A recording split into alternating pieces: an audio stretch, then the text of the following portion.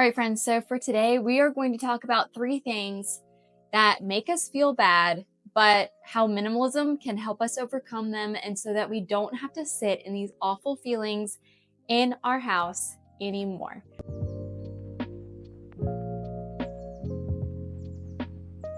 So let's talk about the first one and what I think is one of the biggest ones for myself. You can let me know how you feel as well, but something that really for a long time made me feel really bad was getting rid of sentimental items.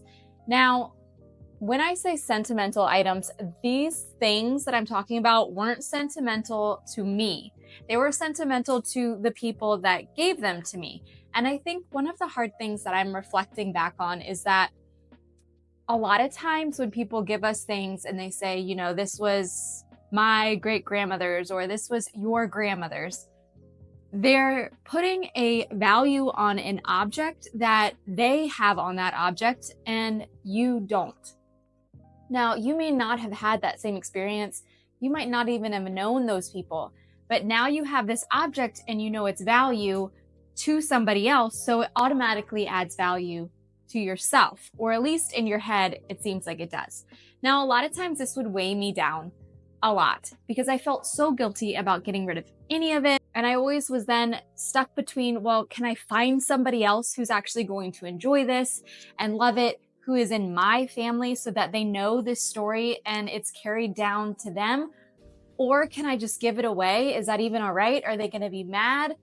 Oh my goodness, there are so many feelings that I feel like we go through when we're thinking about sentimental items. And I think for a long time, I would get very stuck on it.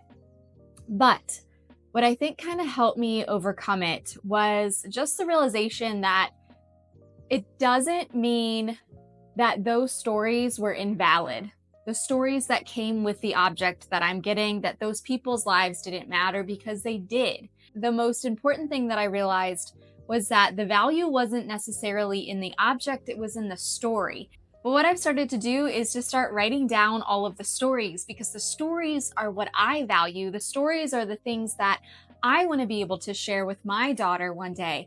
You know, the stories of my grandfather, who was a police officer in DC, and he got several of his stories in the newspaper, and how he used to work for the White House for a while, protecting the president. I mean, these stories are neat. How, you know, ancestors of mine came over from Ireland with nothing but built up what they had. And there's amazing stories, and there's objects that have come along with them, but the objects aren't the story. A big reason why we put all this sentimental value on objects, because we want our stories to carry on as well, just as theirs have. But it's in the story that matters. And so writing it down, or what I've even realized is that I only have one thing from my grandfather, who I was very close with, and I have a pair of his old keys. He always had a ton of keys, and those remind me of him. But I would give up everything and have nothing if I remembered to have taken voicemails and kept them. If I had more videos of his voice, just to listen to his voice is the most amazing thing to me, because his voice reminds me of all the stories. And so what I've started to do is keep all of my grandmother's voicemails when she calls me, because I know one day the inevitable will happen and I'll want to remember what her voice sounds like. And so I keep a lot of her voicemails. I take little short films of things that we're doing with my grandparents or my parents. And those are the things that I want to carry on. They're not any physical object. It's the memories that I want to be able to pass on to my daughter when she is older, so she can remember as well the fun times we had. All right, so let's go to number 2. And number 2 is definitely a hard one as well. And that was keeping so many things that just weren't who I am going to be. So it can be anything from craft supplies that I used to keep when I thought that I was going to be one of those people that had all the albums they made themselves. You know, like where you'd have all the photo boothing albums and you'd put your pictures in, do all the stickers. I used to have tons of stuff like that back in the day.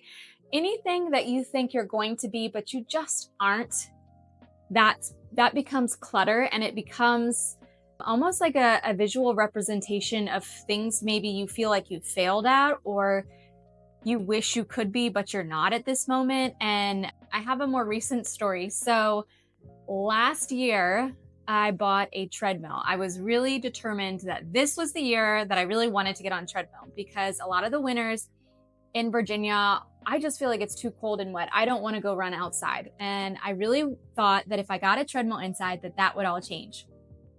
So it changed for a little while, like it normally does.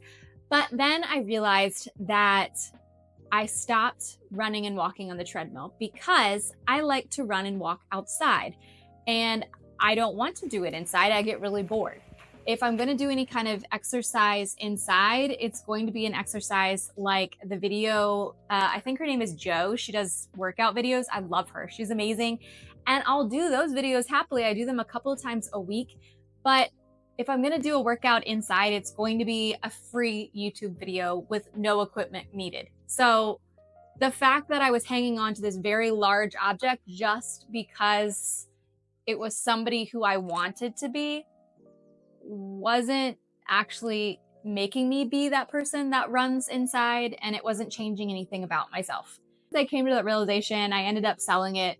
I feel like a lot of us, if you were going to be that person, you would have been that person before.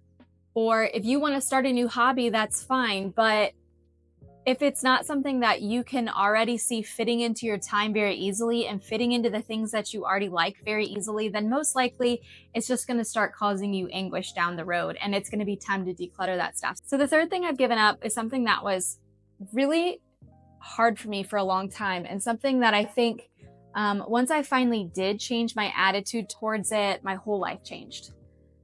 The thing that I've given up now is society's pressure to build some kind of superstar career that makes tons of money and to be the top of my game in whatever career that is. So I, was a full-time teacher for a long time, and I, in the beginning, didn't like it. Then I did, and I got really into it, and I really enjoyed it a lot. There was a lot of very difficult things I dealt with in teaching that I feel like no one really talks about, but it was great for a long time. And then I just realized that I wasn't moving up the ladder per se, and I wasn't getting paid, nor no teacher is getting paid for the amount of hours that they do and the amount of love and time they put into it. And so that was giving me a lot of anger. I guess the anger was building up inside of me, the anger of not feeling valued and not getting recognized for all the work I was doing. So then I moved to do ESL, and I really enjoyed that. I had a wonderful team. But I still felt that need to, move up in the ladder, the career ladder or whatever. And then finally, I guess this last year, I just realized how unhappy I was. Not with the children. I love teaching kids. I really enjoyed it. I love spending time with them. But I think I was just still stuck in this vortex of, I need to move up the ladder. I need society to see that I'm succeeding. I need to be recognized for what I'm doing. And it was really difficult for me to get out of that, to take a step back. And I think not everyone struggles with that, but I was. And now that I am just a substitute, we're not recognized at all. But now that I also just do this YouTube channel, I am my own ladder now. The definition of success is only what I put on it, not what anyone else thinks of my channel, even though I love hearing from you guys. But I think being able to see that my success is my own, and that I don't need anyone else to tell me that I'm doing a good job. I need to reflect on my own self and ask myself, do I like what I'm doing? Do I enjoy what I'm doing? Do I feel successful at what I'm doing? Do I feel like I'm giving it my all and my best at what I'm doing? Because I do want to, be the best that I can be every day. I do want to put my best foot forward every day. But what that looks like doesn't necessarily mean that anyone else is going to see the things that I'm seeing, which is okay. I think being able to slow down and recognize that I, for so many years, had put so much value on how other people felt about me and how other people portrayed my position in society, and how much value I put on that was very destructive for me. Really took a lot of joy out of what was a beautiful thing in the beginning. Teaching was so beautiful, but it really took a lot out of that. for me. And so now being able to step back and slow down and find my own security within myself, that I'm doing the best job that I know how to do with what I feel good about doing. I don't know, that's a long way of saying that. I think a lot of us need to slow down and take a step outside of our little bubble, what we're doing, and say, do I feel good about what I'm doing? Or is this just because I'm looking for the next feedback on how somebody thinks I'm doing?